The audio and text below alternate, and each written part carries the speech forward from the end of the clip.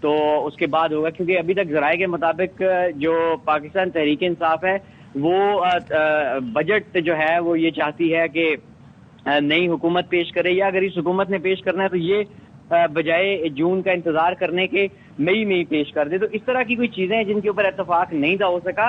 تاہم جو ایک آئینی مدت ہے 13 اگست کی، اس سے پہلے ریزالو کرنے کے لیے تیار ہے. انہوں نے کہا ہے کہ ہم نے اس معاملے پر لچک بھی دکھائی ہے، اور یہ انہوں نے واضح طور پر کہا ہے. اور یہی چیز جو پاکستان تحریک انصاف کی کمیٹی کے اراکین تھے ان کی جانب سے بھی سامنے آئی تھی، جب کہ یہ خبریں ذرائع سے سامنے بھی آئی تھی کہ حکومت نے بھی اس معاملے پر لچک دکھائی ہے، اور جو اسمبلیوں کی آئینی مدت ہے اس سے پہلے ہی یہ تیار ہیں کہ انہیں تحلیل کر دیا جائے. اور اب دیکھتے ہیں سپریم کورٹ آف پاکستان اس جواب کو کیسے کنسیڈر کرتی ہے. ایک چیز تو بڑا واضح طور پر چیف جسٹس آف پاکستان کی جانب سے اپنے ریمارکس میں گزشتہ سماعت پر بھی کہی گئی تھی، اور کل ریٹن آرڈر جو آیا اس سماعت کا اس میں بھی تھا کہ مذاکراتی عمل جو ہے یہ کرنا یہ پولیٹیکل پارٹیز کا، اسٹیک ہولڈرز کا اپنا عمل ہے. سپریم کورٹ کی اس حوالے سے کوئی ڈائریکشن نہیں ہے. سپریم کورٹ کی جو ڈائریکشن ہے، سپریم کورٹ کا جو حکم ہے وہ 4 اپریل والا ہے، جس میں 14 مئی کو پنجاب میں الیکشنز کروانے کا کہا گیا ہے. اور اب دیکھنا یہ ہوگا کہ یہ جو جواب جمع کروایا گیا ہے یہ بھی بڑا ایک فلیکسیبل سا جواب ہے. ایک طرف جو باتیں کی جاتی ہیں قومی اسمبلی کی سٹیج پہ یا دیگر جگہوں پہ، جس طرح سپریم کورٹ کو یا ججز کو یا معزز چیف جسٹس صاحب کو جس طریقے سے تنقید کا نشانہ بنایا جاتا ہے وہ اور عمل ہے. اور یہاں پہ جو سپریم کورٹ آف پاکستان میں جواب جمع کروایا جاتا ہے، جو موقف اختیار کیا جاتا ہے، وہ تھوڑا سا بلکہ کافی زیادہ مختلف ہوتا ہے. تو اب دیکھتے ہیں سپریم کورٹ آف پاکستان اس جواب کو کیسے کنسیڈر کرتی ہے. اور آج 11:30 سب سے بڑی بات ہے کہ انٹینٹ کیا ہے، نیت کیا ہے، اور ظاہر ہے کہ کس طریقے سے وہ کرنا چاہ رہے ہیں اور ڈیٹ کیا دیں گے، تو یہ بڑا میٹر کرتا ہے. تو یہ اس حوالے سے سپریم کورٹ میں جواب جمع کروایا گیا ہے کہ کب تحلیل ہوں گی اسمبلیاں، یہ تو اتفاق نہیں ہو سکا، لیکن ہم بہرحال اس پر بات کرنا چاہ رہے ہیں اور ہم ڈسکس کرنا چاہ رہے ہیں، اور ہم چاہ رہے ہیں کہ ایک ساتھ ہی اسمبلی تحلیل ہو جائے قبل از وقت. 14 مئی کی جو بات کی جا رہی ہے، اب حکومت نے یہ نہیں بتایا کہ 14 مئی سے پہلے یہ اسمبلیاں تحلیل کرنے کی بات کر رہے ہیں. وہ کہہ رہے ہیں جو اسمبلیوں کی مدت ہے اس سے پہلے. تو ذرا یہ معاملات ایسے ہیں جو یہ کہتے ہیں کہ مذاکرات کے ذریعے ہم اس پر کسی نتیجے پر پہنچیں گے، تو ایک طریقے سے ٹائم بھی مل جائے گا. اشفاق، اس جواب کی بدولت سپریم کورٹ سے ایک طریقے کا ایک مارجن یہ مل سکتا ہے کہ جی مذاکرات کر لیں، حتمی نتیجے پر پہنچ جائیں. جب انہوں نے اپنے انٹینٹ شو کر دیا ہے کہ ہم اس پر آمادہ ہو گئے ہیں، تو لیٹس ہوپ لیٹس سی کہ کیا اس پر ریئیکشن آتا ہے. فواد چودھری ہمارے ساتھ موجود ہیں، ان سے جان لیتے ہیں. فواد صاحب بتائیے گا، بڑی خبر آئی ہے کہ وفاقی حکومت یہ کہہ رہی ہے کہ ہم اسمبلیاں تحلیل کرنے کو تیار ہیں، جس میں انہوں نے قومی، سندھ اور بلوچستان کی اسمبلیوں کا ذکر کیا ہے قبل از وقت، اور اس کے لیے یہ ہے کہ پہلے ذرا مذاکرات ہو جائیں. تو آپ اس خبر کو کیسے دیکھتے ہیں؟ ڈو یو تھنک ایسا ہوگا اور کب ہوگا؟ دیکھیے، پہلی بات تو ہے کہ میرا یہ خیال ہے کہ یہ اس لحاظ سے تو ایک بریک تھرو ہے کہ پہلی بار حکومت نے آمادگی ظاہر کی ہے کہ وہ قبل از وقت اسمبلیاں توڑنے کے لیے تیار ہے. اور یہ جو حکومت کا ایک موقف تھا، خصوصاً جو ان کے کچھ اور وزراء تھے، ان کا جو موقف رہا کہ نہیں جی ہم تو ایک دن پہلے بھی نہیں توڑ سکتے، ہم یہ بھی نہیں کر سکتے، یہ ظاہر ہے اس سے کافی مختلف ہے جو انہوں نے اپنا یہ موقف جو اب سپریم کورٹ میں دیا ہے. تو اور اس سے ایک فلیکسیبلٹی ظاہر ہوتی ہے. اور مذاکرات کے درمیان بھی میں نے پہلے بھی ہم نے یہ کہا تھا کہ یقیناً جو کمیٹی بیٹھی تھی، اسحاق ڈار صاحب، خواجہ سعد رفیق، اعظم نذیر تارڑ، یوسف رضا گیلانی صاحب اور نوید قمر صاحب، یہ سارے لوگ جو بیٹھے تھے، کافی انہوں نے ان کا مثبت ہی طرز عمل تھا کمیٹی میں. اور جو اب معاملہ اٹکا ہوا ہے وہ ڈیٹ کے اوپر اٹکا ہوا ہے کہ ڈیزولوشن کب ہونی ہے. ہماری ظاہر ہے پی ٹی آئی کا موقف ہے کہ یہ اسی مہینے ہونی چاہیے 14 مئی تک، اور وہ اس کو آگے لے جانا چاہتے ہیں. اور لیکن یہ جو فلیکسیبلٹی حکومت نے شو کی ہے یہ یقیناً خوش آئند ہے. فواد صاحب، یہ خوش آئند بلا شبہ ہے، لیکن شاہ محمود قریشی صاحب جب ہم سے گفتگو کر رہے تھے وہ کہہ رہے تھے کہ اب جس طرح کا ان کا مائنڈ سیٹ ہے وہ کنفیوژن کا شکار ہے، ان کے ساتھ ہم بیٹھ نہیں سکتے. اچھا، دوسری ایک اور چیز جو ہم نے دیکھی ہے جس پر آپ لوگ بھی شکوہ کرتے ہیں کہ سپریم کورٹ میں اور کوئی جواب جمع کرایا جاتا ہے اور باہر کوئی اور گفتگو کی جاتی ہے، تو یہ کوئی ٹائم گین کرنے کی ٹیکٹک بھی ہو سکتی ہے مبینہ طور پر؟ یہ ایک تو ٹائم گیم کرنے سے زیادہ اس میں نا میں آپ کو بتاؤں جو میرا انالیسس ہے not as a P T I but as a student of politics اس میں زیادہ پرابلم نون لیگ کی انٹرنل پالیٹکس کا جہاں پر بہت سارے گروپ ایک دوسرے سے دستوں گریباں اور وہ کچھ لوگ ہیں جو شہباز شریف صاحب کو ڈسکوالیفائی کرانا چاہتے ہیں ہر صورت سے اور وہ زیادہ کین ہیں سپریم کورٹ سے جھگڑا کرانے میں اور وہ لگے ہوئے ہیں کہ یہ جھگڑا جو ہے وہ آگے بڑھنا چاہیے وداؤٹ ریئلائزنگ کہ اس کا پاکستان کے اوپر اداروں کے اوپر کیا اثر ہوگا. سو کافی اس میں ایک اپروچ میں فرق ہے لوگوں کی ڈفرینٹ گروپس کی اپروچز میں اور یقیناً میرا یہ خیال ہے کہ ایک پورا گروپ ہے جو کہ یہ شہباز شریف کو ڈسکوالیفائی کرانے میں انٹرسٹڈ ہے. ٹھیک ہے. فواد چودھری صاحب ہمارے ساتھ تھے, گفتگو کر رہے تھے, ان کا ریسپانس ہم نے جاننے کی کوشش کی کیونکہ یہ اس وقت کی بڑی خبر سامنے آئی ہے. لیٹس سی کہ سپریم کورٹ میں بات جمع ہوتا ہے تو پھر مزید اس سے کیا ڈیبیٹ آگے بڑھتی ہے. بالکل ایسا ہی ہے. اچھا جی, وقفے کے بعد آئیں گے. یہاں پر آپ کو خبر دیں گے کہ دہشت گردوں کے خلاف سیکیورٹی فورسز کی کارروائیوں کے ثمرات سامنے آنے لگے ہیں. ٹی ٹی پی گوہر گروپ کے دہشت گرد سیکیورٹی اداروں کے آگے ہتھیار ڈالنے پر مجبور ہو گئے ہیں اور دہشت گرد سرغنہ حمید اللہ اور گوہر بھی قانون نافذ کرنے والے اداروں کے سامنے سرنڈر کرنے پر تیار ہو گیا ہے. تو لئیک الرحمان اس کی مزید ڈیٹیل بتائیں گے, بتائیے گا لئی. جی صدف, دہشت گردی کے خلاف سیکورٹی فورسز کی کارروائیوں کے اثرات اب سامنے آ رہی ہیں اور دیکھا جا رہا ہے کہ اس سلسلے میں جو دہشت گرد سرغنہ گروپ ہے حمید اللہ اور گوہر, ان کی جانب سے ہتھیار ڈالنے کا اعلان کیا گیا ہے اور ساتھ ہی یہ بھی دیکھا جا رہا ہے کہ مختلف جو اندرونی ٹوٹ پھوٹ کے شکار ہوئے ہیں گوہر گروپ اور غیر اخلاقی جو ان کی سرگرمیوں کے باعث دہشت گردی گوہر گروپ کے ماتحت جو لوگ تھے ان کا اعتماد ہو چکے تھے. بڑھتی ہلاکتوں, مالی مسائل اور اندرونی اختلافات کے باعث گوہر گروپ کے مزید دہشت گرد سیکورٹی گروپ کے آگے ہتھیار ڈالنے پر آمادہ ہو چکے ہیں اور دیکھا جا رہا ہے کہ محسوس دہشت گردوں خصوصاً شفر اللہ گروپ کو بدنام اور قتل کی سازش کا جو الزام ہے اس کے اوپر دیکھا جائے تو مقامی روایتی عمائدین بھی سرنڈر کے لیے ان کو آمادہ کر رہی ہیں اور ہر ممکن جاری کی اس میں بڑی پیش رفت مزید سامنے آئے گی. جی ٹھیک ہے. Like thank you so much. Like اس حوالے سے بتا رہے تھے کہ دہشت گردوں کے خلاف سیکیورٹی فورسز کی کارروائیوں کے جو ثمرات ہیں سامنے آنے لگے. ٹی ٹی پی گوہر گروپ کے دہشت گرد سیکیورٹی اداروں کے آگے ہتھیار ڈالنے پر مجبور. دہشت گرد سرغنہ حمید اللہ اور گوہر بھی قانون نافذ کرنے والے اداروں کے آگے سرنڈر ہونے پر تیار ہو گیا ہے. ٹی ٹی پی گوہر گروپ اندرونی ٹوٹ پھوٹ کا بھی شکار ہے اور غیر اخلاقی سرگرمیوں کے باعث دہشت گرد گوہر اپنے ماتحت دہشت گردوں کا اعتماد کھو بیٹھا. بڑھتی ہلاکتوں, مالی مسائل, اندرونی اختلافات کے باعث گوہر گروپ کے مزید دہشت گرد بھی ہتھیار ڈالنے پر آمادہ ہیں اور گوہر کا محسود دہشت گردوں خصوصاً شفیر اللہ گروپ پر اس کو بدنام اور قتل کی سازش کا الزام ہے. دہشت گرد گوہر مقامی عمائدین سے اپنے سرنڈر کے لیے امداد کا خواہاں ہے اور سیکیورٹی ادارے شب و روز کی کاوشوں سے دہشت گردوں کو نیست و نابود کرنے کے لیے پرعزم ہے. دس از گریٹ. وجہ اس کی یہ ہے کہ آج کل جو اور گزشتہ کئی عرصے سے یہ جو چل رہے ہیں انٹیلیجنس بیسڈ آپریشنز, ہم اکثر ان کامیابیوں کا تذکرہ کرتے ہیں جو ہمیں ملتی ہیں اور ظاہر ہے کہ ان کو مزید ہائی لائٹ کرنا چاہیے کہ کیونکہ ہمارے سیکیورٹی اداروں کے, ہماری انٹیلیجنس ایجنسیز کی, ہمارے سول اداروں کی کاوشوں کی وجہ سے یہ ممکن ہوتا ہے کہ ہم آپ صدف سارے جو ہے وہ سکون کی نیند سوتے ہیں. ان سے کتنی معلومات مل سکتی ہیں, معلومٹ مل سکتی ہیں اور کتنے نیٹ ورک پکڑے جا سکتے ہیں. تو دس از ریمارکیبل اور اچھا ہے کہ اگر کوئی پاکستان کے آئین کے دائرے میں آنا چاہے, قانون کی سربلندی کو تسلیم کرے تو اس سے اور بڑھ کر کیا بات ہو سکتی ہے. ہمیں بھی اپنی ڈیلی لائف میں یہی کرنا چاہیے, چھوٹی چھوٹی چیزوں کا خیال رکھنا چاہیے. لا ابائڈنگ سٹیزن بنیں گے تو آپ کا سب کا فائدہ ہوگا. چلیں جی, اسی کے ساتھ ہوپ فلی دعا کرتے ہیں آپ کا ویکینڈ اچھا سا گزرے. میں اور اشفاق اسحاق ستی آپ سے اجازت چاہتے ہیں. اپنا خیال رکھیے گا. اللہ حافظ.